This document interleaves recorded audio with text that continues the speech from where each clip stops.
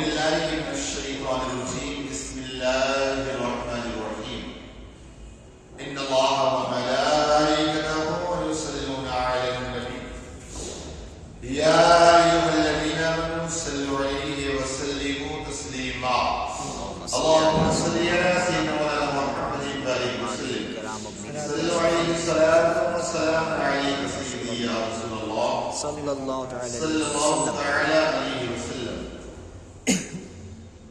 گزشتہ جمعہ حضرات نبیوں کے بارے میں کیسا عقیدہ رکھنا چاہیے کچھ باتوں کو آپ نے سنا.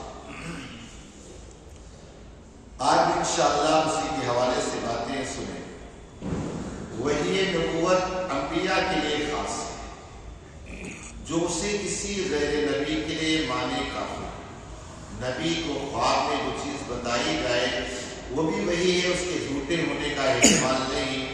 ولی کے دل میں بعض وقت سوتے یا جاگتے کوئی بات القا ہوتی ہے، اس کو الہام کہتے ہیں، اور وہی شیطانی کے القا من جانب الشیطان میں یہ کاہن، ساحر اور دیگر کفار اور فساق کے لیے ہوتی.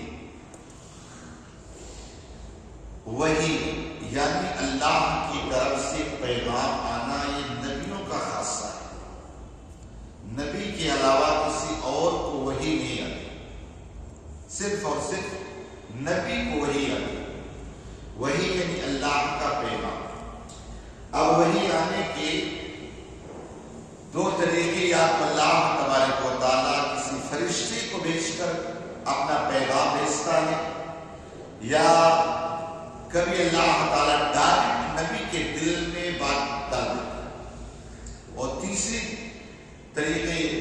وجہ اور تیسرا طریقہ یہ بتایا گیا کہ نبی کو خواب میں یہ چیزیں بتائی گئی. ہمارا اور آپ کا خواب ہی ہوتا ہے، لیکن نبی کا خواب حقیقت ہوتا ہے. ہم لوگ خواب میں پتہ نہیں کیا کیا دیکھتے ہیں، کہاں کہاں جاتے ہیں، اور نہ جانے کیا کیا کر ڈالتے ہیں. اس لیے کہ ہم سوتے ہیں تو سب کچھ سو جاتا ہے، اسی لیے سب کچھ سو جاتا ہے. کھا کے ہم سو گئے نا تو پھر ہمارے جو اندر کی چیزیں وہ بھی سو جاتی ہے، وہ بھی آرام ریسٹ کرتی ہیں. اسی وجہ سے کھا کر سو جاؤ تو کھانا صحیح سے ہضم اسی لیے نہیں ہوتا. لیکن انبیاء کرام سوتے لیکن ان کا دل بیدار ہوتا ہے. نبی سوتے لیکن ان کا دل بیدار ہوتا ہے. آپ دیکھو حضرت ابراہیم علیہ السلام اسماعیل علیہ السلام کی قربانی کرنے کے لیے نکلے تو کیا کوئی وحی آئی تھی؟ نہیں. ابراہیم علیہ السلام نے خواب میں دیکھا، جس کا ذکر بھی قرآن نے کیا. فلما بلغ معه السعي قال يا بني إني أرى في المنام أني أذبحك فانظر ماذا ترى قال يا أبت افعل ما تؤمر ستجدني إن شاء الله من الصابرين. کہا کہ حضرت ابراہیم علیہ اسماعیل علیہ السلام تھوڑے پروان چڑھے تھے. ابراہیم علیہ السلام کو چونکہ ان کے بیٹے بڑے پیارے بڑے لاڈلے تھے تو خواب میں دیکھا کہ اپنے بیٹے کو ذبح کرا. آگے شیطان نے بتایا، میں نے کہا ابراہیم کیوں خواب کے چکر میں پڑے ہوئے، خواب کی وجہ سے ذبح کرتا نہیں اللہ کا. تو نبی کا جو خواب ہوتا ہے وہ بھی حقیقت ہوتا ہے، وہ بھی اللہ کی طرف سے. اور یہ وہی اللہ کی طرف سے صرف کس کو آئے گا؟ نبی. باقی وہی کسی کو نہیں. اور اگر کبھی کسی اللہ کے ولی کو یہ بات پتا چل رہا ایسا ہے تو یہ کہتے ہیں اسے الہام بولتے ہیں، القا بولتے ہیں. اسے الہام بولتے ہیں. کبھی سونے میں کبھی جاگنے میں ہوتا ہے، یہ اللہ کی طرف سے. اور اگر کوئی کافر کاہن نجومی کو یہ بات بتا دے اسے وہ کہتے ہیں من جانب شیطان نے اس کے دل میں القا کیا، بانٹ ڈالا.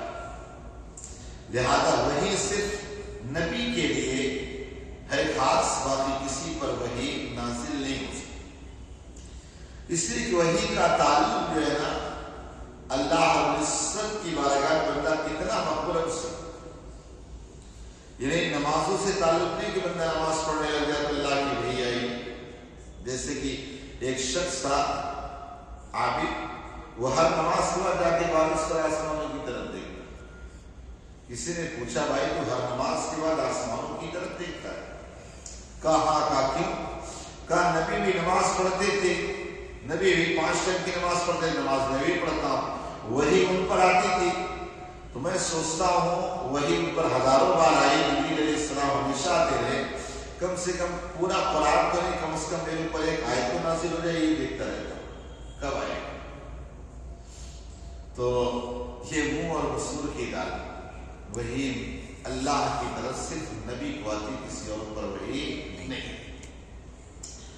نبوت کسب ہی نہیں کہ آدمی عبادت اور ریاست کے ذریعے حاصل کرے، بلکہ محض عطا الہی، جسے چاہتا ہے اپنے فضل سے دیتا، ہاں دیتا اسی کو ہے جس سے اس منصب کے عظیم قابل بناتا ہے جو قبل حصول نبوت تمام اخلاق رذیلہ سے پاک اور تمام اخلاق فاضلہ سے مزین ہو، کہ جملہ مداری ولایت طے کر چکتا ہے اور اپنے نسب و جسم میں، قول میں، حرکات و سکنات میں ہر ایسی بات سے منصہ ہوتا ہے باعث نفرت اسے عقل کامل عطا کی جاتی ہے جو اوروں کو عقل سے بدرجہ جہاں زائد ہے، کسی حکیم اور کسی فلسفے کی اس کے لاکھوں حصے تک نہیں پہنچ سکتی۔ یعنی دیکھیے ولایت جو ہے نا، اگر ولی انسان بننا چاہے تو بن سکتا ہے، گناہوں سے اپنے آپ کو دور رکھے، اللہ کی عبادت میں لگے، فالتو کیری نہ کرے، تو انسان ولی بن سکتا ہے، لیکن نبی نہیں بن سکتا ہے۔ نبی جو ہے نا یہ فضل الہی سے، اللہ کا فضل جس پر ہو وہی نبی بنے گا، باقی کوئی نبی نہیں بنے۔ اور اللہ تبارک و تعالیٰ جسے چنتا ہے وہ نبی ہوتا ہے، لیکن ہاں اللہ اسے نبی بناتا ہے کہ اعلان نبوت سے پہلے بھی نیک اور پارسا ہو، بیکار کی اخلاق کی انسان سے اچھا ہو، اور وہی کے بعد یہ نہ ہو کہ کل تک وہ انسان ٹپوری تھا اور آج وہ نبی بن گیا، ایسا نہیں ہو سکتا۔ وہ اعلان نبوت سے پہلے بھی، یعنی گویا کہ اللہ تبارک و تعالیٰ بچپن سے اس کی تربیت فرماتا ہے۔ جیسے آپ دیکھیے کہ اللہ تعالیٰ نے جو مادر ذات ولی ہو تو اس کی اتنی تربیت فرماتا، تو نبی کی کتنی تربیت اور کتنا اللہ تعالیٰ ان پر فضل نہ کرے گا۔ ورنہ وہ سے پاک دیکھ لو، دیگر افراد دیکھ لو، یہ سب جو ہے نا اللہ کے ولی بنے بچپن سے ہی، اور ماں کے پیٹ سے ولی بنے۔ تو یہ کہا کہ نبی نبوت یہ کسبی نہیں کہ کوئی محنت کر لے، حالانکہ قیامت تک 30 دجال پیدا ہوں گے جو اعلان نبوت کا دعویٰ کریں گے۔ 30 دجال پیدا ہوں گے جو اعلان بہت سارے کر چکے ہیں۔ جیسے آپ دیکھیں حضور کے زمانے میں ہی مسیلمہ ابن کذاب نے دعوی نبوت کیا، اس کے علاوہ مختار ثقفی نے دعوی نبوت کیا، اور بھی بہت سارے لوگوں نے اعلان کیا میں نبی ہوں۔ جیسے اس زمانے کے اندر قادیانی فرقہ بہت خطرناک ہے، قادیانی فرقہ، اس کے جو بانی تھا مرزا غلام احمد قادیانی، اس نے بھی دعویٰ کیا میں اللہ کا نبی، اللہ کی قرآن کی آیت پڑھتے ہیں وما کان محمد ابا احد من رجالکم ولکن رسول اللہ خاتم النبیین، کہ محمد صلی اللہ علیہ وسلم تم میں سے کسی مرد کے باپ نہیں، ہاں وہ اللہ کے رسول ہیں اور آخری پیغمبر۔ تو یہ قرآن کا اعلان ہے۔